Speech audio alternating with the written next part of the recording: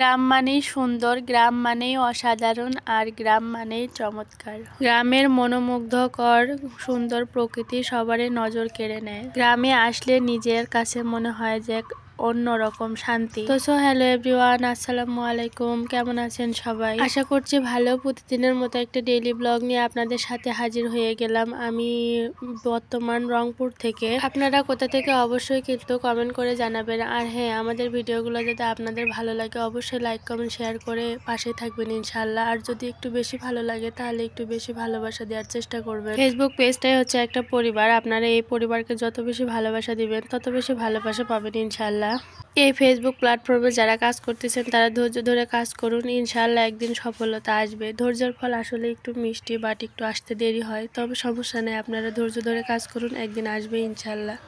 আমি আজকেও একটু রেডি হয়ে গ্রামের এই দিকে আসছিলাম, বাট একটু ভিডিও করার জন্য। অনেক ভালো লাগলো।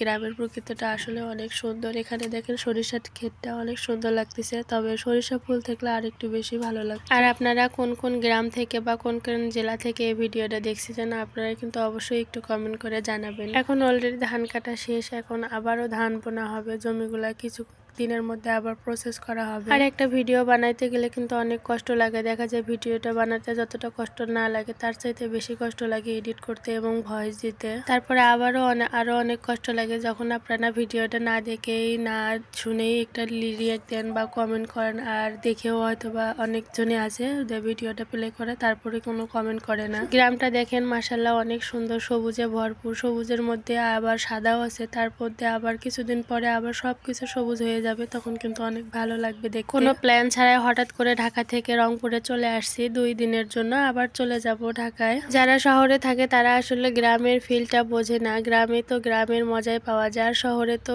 শহরে হচ্ছে বন্দি জীবন। বিশেষ করে আমার বাচ্চারা গ্রামে আসলে অনেক খুশি হয়, ওরা একদম স্বাধীনভাবে ঘুরতে পারে। আর ওখানে তো দেখা যায় বন্দি জীবন, একটা বন্দি জীবন আসলে কারোই ভালো লাগে। গ্রাম হচ্ছে একদম প্রাকৃতিক সৌন্দর্যে ভরপুর, আর শহর হচ্ছে একদম কৃত্রিম উপায়ে, মানে অনেক কিছু দিয়ে ব্যস্ততম শহর হচ্ছে ঢাকা। যারা শহরে থাকেন তারা হয়তো একদিন এসেও গ্রামের ফিলটা নেবেন। আসলে গ্রামের মজা কত আনন্দ আপনারা একবার গ্রামে আসলেই বুঝতে পারবেন। গ্রামীণ পরিবেশে আজকে একটু গ্রামীণ বউ সেজেছি, দেখেন তো কেমন লাগতেছে আমাকে শাড়ি পরে। যদি ভালো লাগে তাহলে একটা ভালোবাসা দিয়ে যাবেন অবশ্যই ইনশাআল্লাহ। আমাদের গ্রামের মাঠগুলা দেখেন কত বড়।